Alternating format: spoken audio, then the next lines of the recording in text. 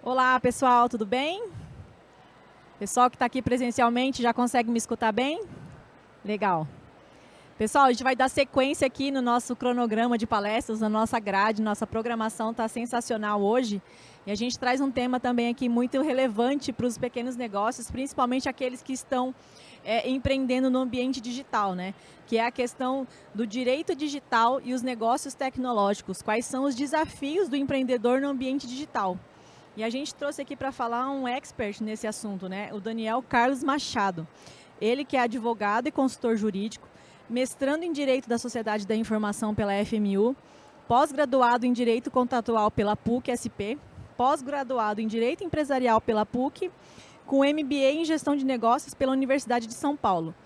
É um profissional com mais de 20 anos de experiência na área jurídica e ampla atuação nas áreas de Direito Empresarial, Civil, Digital e Contratual, nas esferas consultiva e do contencioso.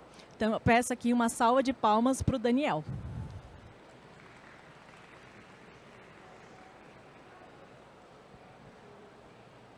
Eu deixei aqui na mesinha. Aqui é só Passar para frente. e vai passando e volta. Isso, e deixa eu só. Olá, boa tarde a todos. Muito obrigado, Simone. Vamos falar um pouquinho sobre direito, sobre a área jurídica aqui voltada para o empresário, para os negócios jurídicos. Então, o direito digital e os negócios tecnológicos, né? Os desafios aí do empreendedor no ambiente digital. É fato que a sociedade ela mudou muito de uns anos para cá. Então, hoje nós temos aí muitos desafios, né? As pessoas hoje se comunicam de outra forma, elas têm outros anseios, elas esperam retornos e coisas assim muito rápidas, né? de retorno para vocês, e não existem mais barreiras da comunicação para a sociedade, né? As pessoas hoje têm muitas facilidades, têm muitos acessos e tem como observar, né? Hábitos de consumo, experiências de outras pessoas em outras localidades, coisas que há muito tempo não era possível, né? Então, esse novo ambiente aí global foi um ambiente que o empresário ele teve que se adequar e teve que se inserir, né? Um novo formato para os negócios. É lógico que no início, né, esse ambiente aí, ele precisou passar por algumas experiências, até mesmo para gerar uma maior segurança do público, né, do consumidor, com relação às compras online, né? Era algo muito novo, era algo um pouco desafiador para todo mundo, para quem iria mudar os seus hábitos de compra, para os empresários que estavam se inserindo nesse novo ambiente, né, mergulhando aí nesse ambiente novo, e que trouxe sim muitas possibilidades de interação e foi modificando muito aí ao longo do tempo, com muitas melhorias aí e vantagens para todo mundo. O empresário ele tem aí um novo canal, né? Não o empresário, também o público consumidor, um novo canal aí de compras, que é a internet, né? Na internet, o empresário ele tem novas formas de captar clientela e de mostrar o seu produto para o seu público consumidor, né? E de uma forma muito mais fácil, com muitas vantagens do que tinha anteriormente, né? A gente tem um ambiente em que a agilidade e a inovação são constantes e exige bastante aí do consumidor para se mostrar competitivo nesse mercado. Então, a facilidade de acesso que nós temos hoje com smartphones e qualquer equipamento eletrônico por parte dos consumidores e dos usuários, né? E com relação também à entrega, né? As novas formas de entrega, a logística de entrega que os fornecedores têm que se adequar e as novas exigências, né, do consumidor que quer aquele produto, aquilo que adquiriu de uma forma muito rápida e anseia aí pelo um consumo que ele traga um retorno, um prazer pela compra até e muito mais. Nós temos aí dos benefícios, muitos deles estão ligados à informação, né? E às facilidades que foram trazidas para o fornecedor nesse novo ambiente. Muitas delas estão ligadas aí à coleta de dados, né? Então hoje os fornecedores, os empresários atuando aí no ambiente digital, no ambiente eletrônico, eles possuem muito mais facilidade de informações e de coletar informações do seu público consumidor, né? E com isso poder tratar os dados, né? O que seria tratar os dados? Seria você identificar daqueles dados, extrair deles as informações que lhe interessam em termos de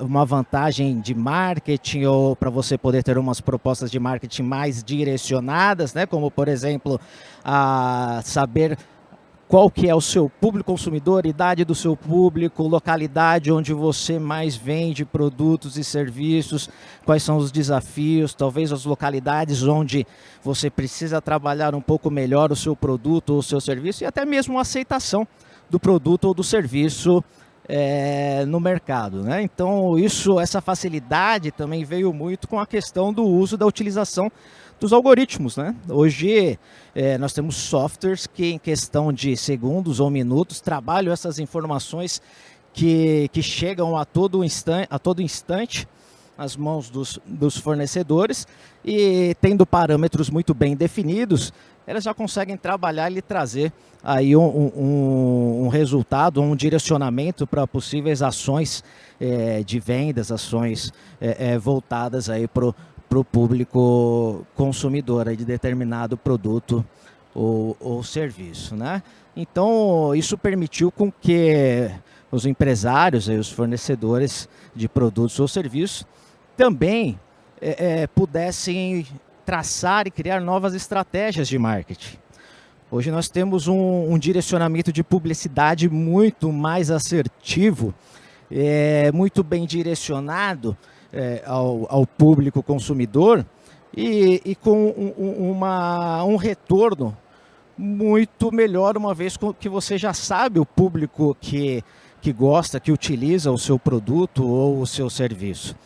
Então, essas são as vantagens hoje trazidas aí pela tecnologia e também pelo novo meio, né, o novo ambiente onde os empresários se inseriram aí para poder divulgar os seus produtos e os seus serviços, né? Mas além disso, nós temos também questões voltadas aí ligadas à proteção de dados, né? Porque não simplesmente, aqui só falando um pouco, né, do público antes de entrar na produção de dados, também que o fornecedor, o empresário, hoje ele atinge o seu público desde o nascimento até a morte, né, basicamente. Então nós temos aí o público que já está inserido aí no meio digital, que são as crianças.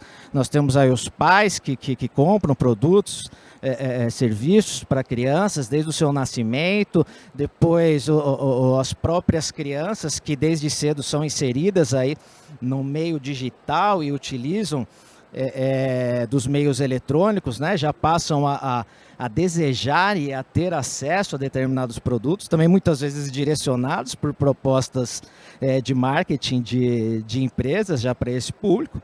O público adolescente, que passa aí também fase de transformação e de uma afirmação, criação de sua identidade, que se espelha em pessoas que estão inseridas na internet, pessoas famosas. Hoje nós temos os influenciadores digitais, né? Pessoas que até um tempo atrás não possuíam voz, né? Não tinham voz nesse meio, e hoje possuem milhões de seguidores, querendo ver, consumir o que eles consomem, vestir o que eles vestem, né? Então aí um público que influencia, e logo as marcas perceberam isso e se associaram a esse público, também proporcionando novos canais aí de vendas através aí da influência de pessoas a determinados estilos de vida, né? O público mais velho, o público idoso, hoje também consome pela internet, né? E consome um público que já está numa fase mais avançada da vida, que está adquirindo novos hábitos, né? Então eles querem viajar, eles querem passear, muitas vezes fazer até cursos, compram presentes, né, para familiares e para os netos e tudo mais, e também estão inseridos aí no meio digital. Então hoje não tem como estar de fora desse ambiente, desse novo ambiente empresarial, né? O ambiente digital. Muito da credibilidade da internet e até das vendas aí online também veio por esse período que nós passamos de pandemia, né? Existia até então um público que estava acostumado a ir fisicamente numa loja, a sair de casa para fazer suas compras e não tinha uma credibilidade aí pelas compras online, né? E nós passamos por um momento de isolamento social, onde as pessoas foram obrigadas, foram forçadas a utilizar a internet para consumir determinados produtos e serviços, né? Então isso fez com que o pequeno empresário tivesse que se adequar, né? Desde do dono da padaria, o dono do bar, que tinha que fazer uma entrega, que tinha que conseguir fazer uma venda online ou por telefone, teve que se adequar ao novo formato, né? Então agora que nós estamos vivendo um período pós-pandemia, né? Ou chegando a esse período pós-pandemia, né? Muito do que a gente tinha anteriormente nós não vamos ter mais, né? Esse público que se adequou ao novo formato, eles não querem mais voltar ao antigo formato. Muitos deles, eles se sentem hoje confortáveis para consumir pela internet, para comprar, para fazer as compras, para utilizar o seu cartão de crédito online. E é um público que vai ficar, né, e que aprendeu a lidar com o ambiente digital, o ambiente aí de compras online.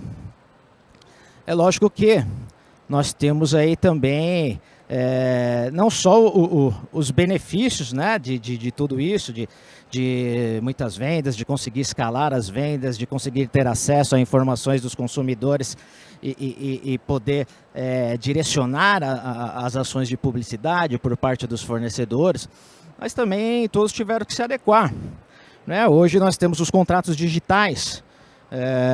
Então as compras online são feitas e são assinados documentos eletrônicos que possuem validade jurídica. Nós temos termos que são assinados e que possuem um valor legal dentro das plataformas, né? O chamado às vezes contrato clique. Você pega lá, dá um clique, li, concordo, aceito e está feito o negócio, né? Muitas vezes sem sequer ler o conteúdo daquele contrato.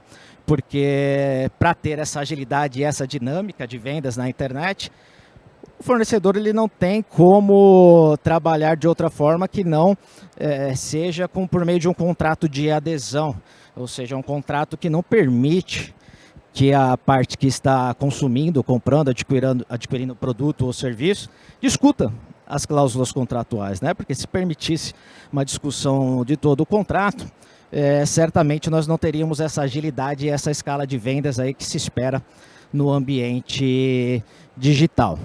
Então, por conta disso, o que acontece é que existem muitas abusividades nas compras online, né? Muitos fornecedores ou empresários não se não adequaram os seus documentos jurídicos, não se adequaram com a nossa legislação vigente, com o Código de Defesa do Consumidor, possuindo nos seus contratos cláusulas muitas vezes abusivas e que são cláusulas nulas, né? No fundo, a gente imagina assim, o papel aceita tudo, o contrato aceita tudo, está lá no contrato, mas O fato de estar no contrato não significa que possui validade jurídica e que, se esse contrato for discutido judicialmente, vai ser reconhecido como válido na sua integralidade.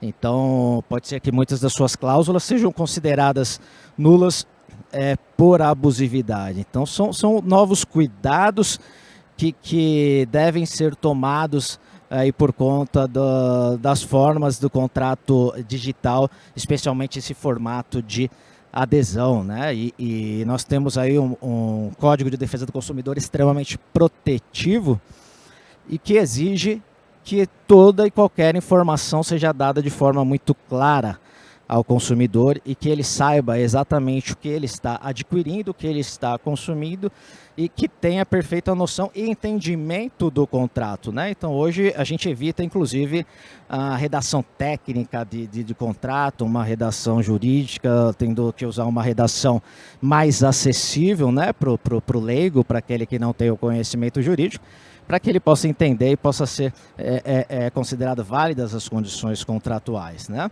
E, além disso, nós temos agora também a Lei Geral de Proteção de Dados.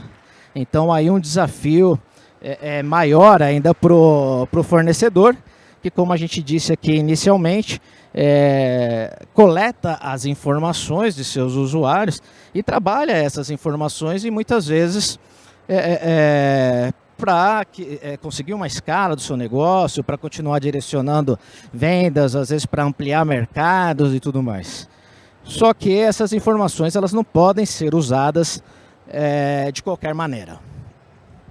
As informações dadas muitas vezes pelos usuários, e muitas vezes não tem a opção de não fornecer, né? É praticamente uma condição para você fechar ali um contrato, ou às vezes acessar um produto ou um serviço, ou até mesmo uma plataforma gratuita como as redes sociais. Você acaba expondo todas as suas informações, ou muitas, né, das suas informações e dados pessoais, que nem sempre guardam uma identidade ou relevância com aquele produto ou serviço que você está adquirindo.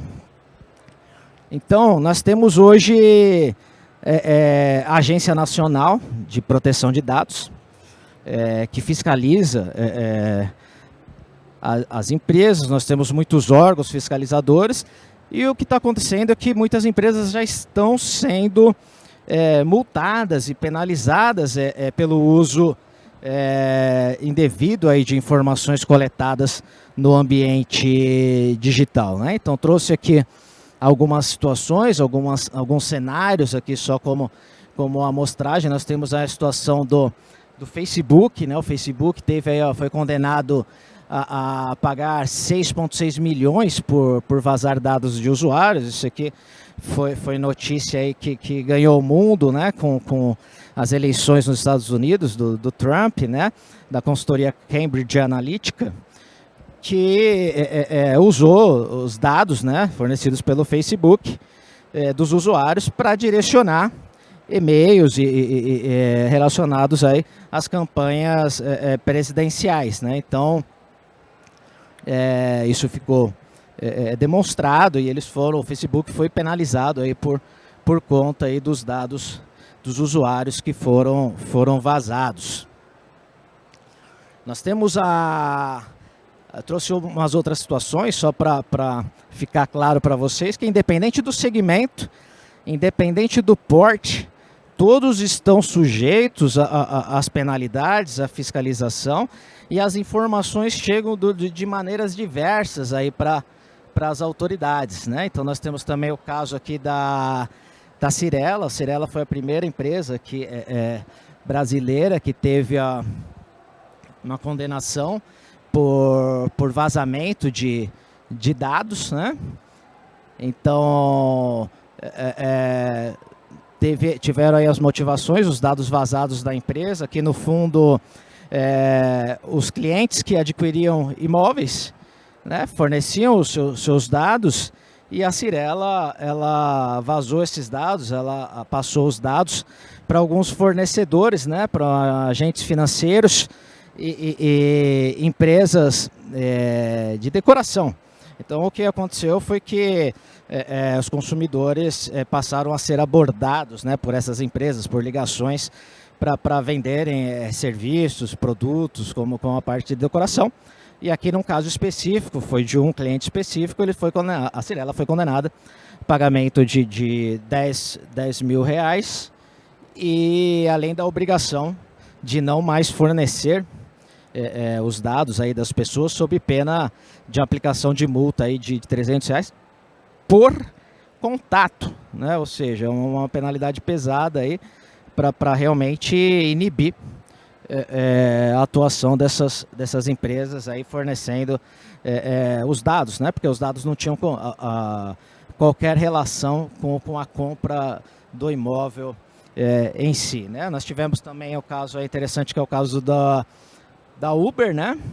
Também aqui a gente está falando de soluções tecnológicas, né? Já na área de transporte de veículos. Aqui eles tiveram, a Uber foi um ataque hacker e tiveram aí os dados de motoristas vazados, além dos dados de usuários, né? Uma série de dados pessoais vazados, e também tiveram aí a condenação em alguns milhões de dólares, né? O caso foi discutido aí fora.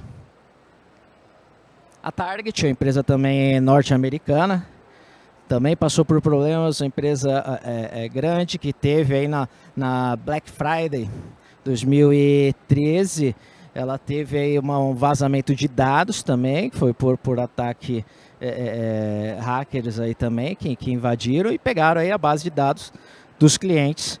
E aconteceu que a Target, depois acionada judicialmente, ela reconheceu, né, o fato e acabou firmando o acordo com quase todos os estados ali norte-americanos, pagando aí uma indenização de alguns milhões e assumindo aí alguns compromissos perante a justiça norte-americana, né? O que aconteceu também com a Netshoes, também indo para o mesmo caminho.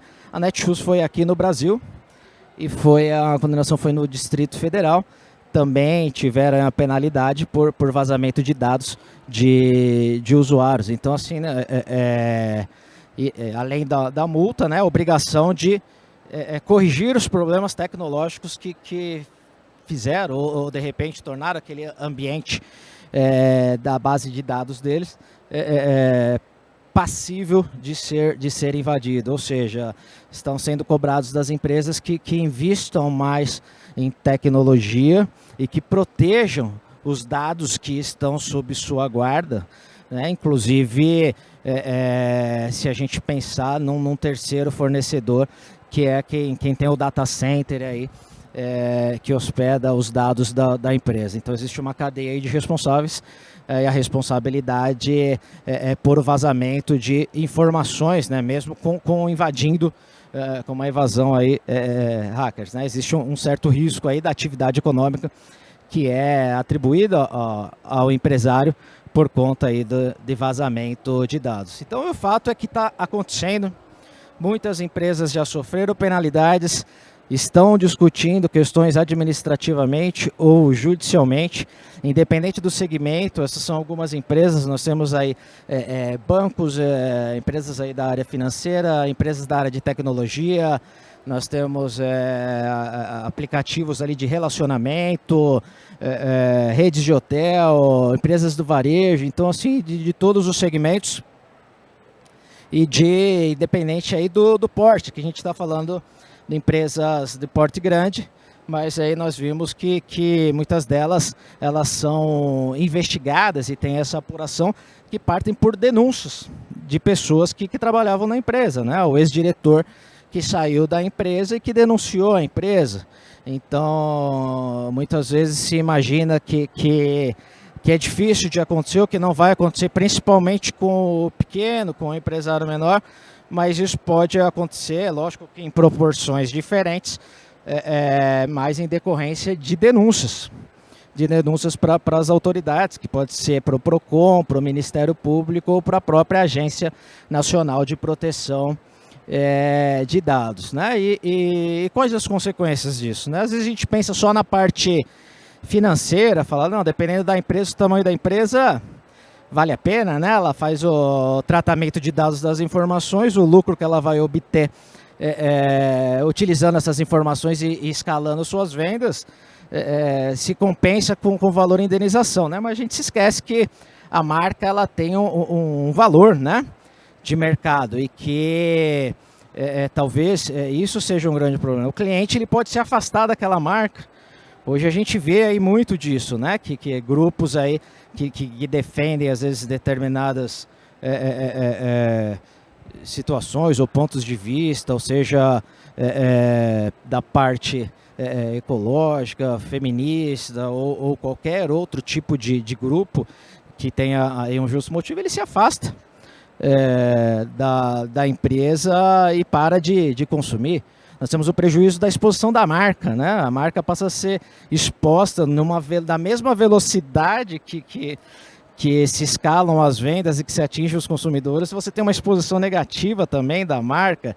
Temos os investidores, empresas de capital aberto, que possuem aí, tem aí um mercado regulado na Bolsa de Valores, e a gente percebe aí que muitas vezes, após notícias que são veiculadas à mídia, o valor das ações dessas empresas acabam caindo numa escala muito grande, né? Além de ter o perda aí do valor de mercado, a gente sabe aí que vai ainda arcar com o custo de se defender em diversos processos judiciais, além, é claro, da aplicação da multa que a gente acabou de falar. E aqui só trazendo uma referência da nossa legislação, que tem por base a legislação europeia aí também, de proteção de dados.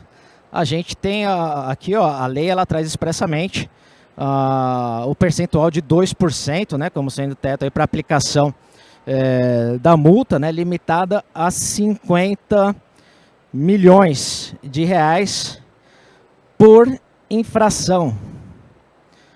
Ou seja, dá para baixar a porta do negócio e ainda ficar com uma dívida grande aí perante o mercado. Então, realmente essas penalidades e sanções nessa escala são assim, uma informação, recado aí, né, do ente público, do nosso ente aí político, no sentido de não vamos aceitar, não vamos tolerar a utilização indiscriminada aí de dados pessoais das pessoas. Então, o que fazer, né? Como se adequar a isso? Eu trouxe aqui algumas situações para vocês e nós temos uma delas, o que nós falamos da questão contratual, né? O empresário ter ali os contratos bem elaborados, bem definidos, os termos de confidencialidade, os termos de fornecimento de dados, né, com sentido. Temos a questão de não utilizar cláusulas que a gente já sabe que são cláusulas que tem uma certa, às vezes, abusividade ou não tem uma aceitação no judiciário para discussão de determinado assunto ou tema, né? A gente vê aí na questão, às vezes, da própria vigência do contrato, né? Muitos contratos de adesão e assinados na internet colocados com tempo de permanência mínimo, né? Você é obrigado a se vincular 12 meses comigo, com a renovação automática. Se falar que não quer mais, eu renovo por mais 12 meses automaticamente. Então, se não tiver um justo motivo para essa questão, por exemplo, né, com investimentos aí feitos pelo fornecedor para prestação de serviço, dificilmente essa cláusula é uma cláusula que fica em pé, né, que não é discutida e derrubada perante o poder judiciário, né? Então nós temos aí uma série de normas do próprio Código de Defesa do Consumidor. A gente sabe que a multa por atraso pelo Código de Defesa do Consumidor ela não pode ser superior a 2%, que é a multa de mora. Nós vemos contratos e discussões com multas de 10%, 15%, 20%, 30% por uma rescisão, às vezes contratual. Nós temos aí os juros legais que são de 1% ao mês, tirando as instituições financeiras que são reguladas pelo Banco Central. Nós não podemos aplicar juros acima do patamar aí do máximo legal previsto em lei. e além de muitas outras condições, né, nas cláusulas de rescisão contratual, bem trabalhadas, até mesmo para o fornecedor, para o empresário também não ter um prejuízo com perda de contratos, né? Então tudo tem que ser muito bem trabalhado aí dentro dessas questões. E além de outras, dependendo da situação específica, né, ter as cláusulas de confidencialidade, de não concorrência, de proteção da propriedade intelectual, né, de responsabilidade trabalhista, né, às vezes com terceirização de mão de obra. Então ter os cuidados necessários dentro dos seus documentos legais e esses documentos com o amparo aí da lei. E fora isso, nós temos também aqui de que respeitar as normas do Código de Defesa do Consumidor, que é o que eu venho falando aí desde o início, já estava tocando aí nesse assunto. Então, as cláusulas contratuais abusivas, aquelas cláusulas que permitem que o fornecedor ele rescinda unilateralmente o contrato, ou então que ele altere unilateralmente o contrato.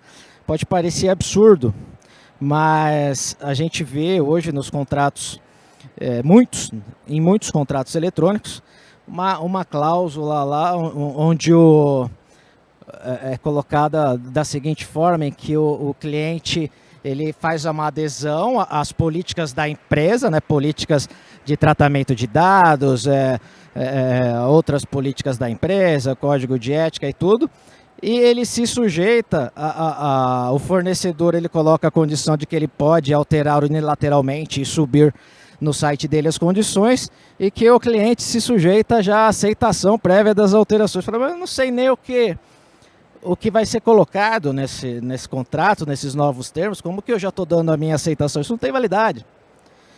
Eu tenho que receber novamente e ter a possibilidade de aceitar ou não, de manter ou não o contrato, ou de ter facilitado a minha saída do contrato. Não posso, depois de firmado o contrato, começar a ser impostos uma série de condições para eu cumprir dentro do contrato.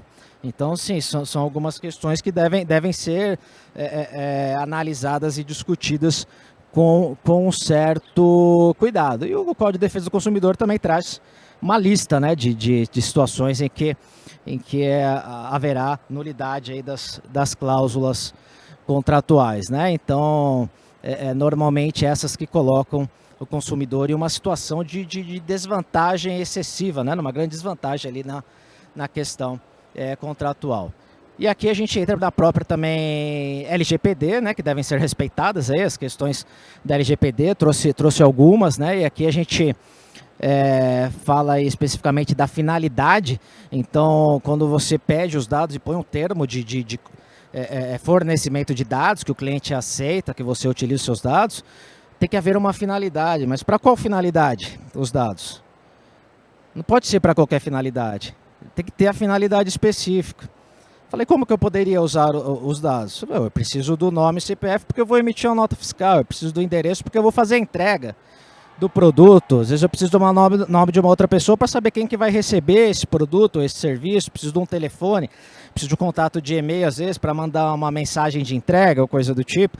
Então é para essa finalidade que tem sim a vinculação com a venda de um produto, entrega desse produto, que eu vou ter uma validade legal de obter essas informações. Mas o fato de eu ter coletado essas informações não significa que eu vou poder utilizar para outras finalidades. Que eu vou poder tratar as informações de outra forma, né? Que possa configurar depois aí um assédio de consumo, né? Como o pessoal vem chamando, que é aqueles e-mails, mailing marketing que não para de chegar nunca na sua caixa de e-mails. São empresas e pessoas que você não conhece, nunca viu, ou seja, os seus dados foram transferidos aí para outras empresas, para proporcionar aí um envio de mensagens de marketing, né? O consentimento ele tem que ser informado segundo a lei, ou seja, o consumidor ele tem que saber e ter a perfeita noção do que ele está consentindo. O que significa? Significa que tem que usar documentos com palavras e linguagens acessíveis a todos. O consumidor ele tem que não tem que só estar no contrato, ele tem que ler e ter a capacidade de entender o que está sendo feito.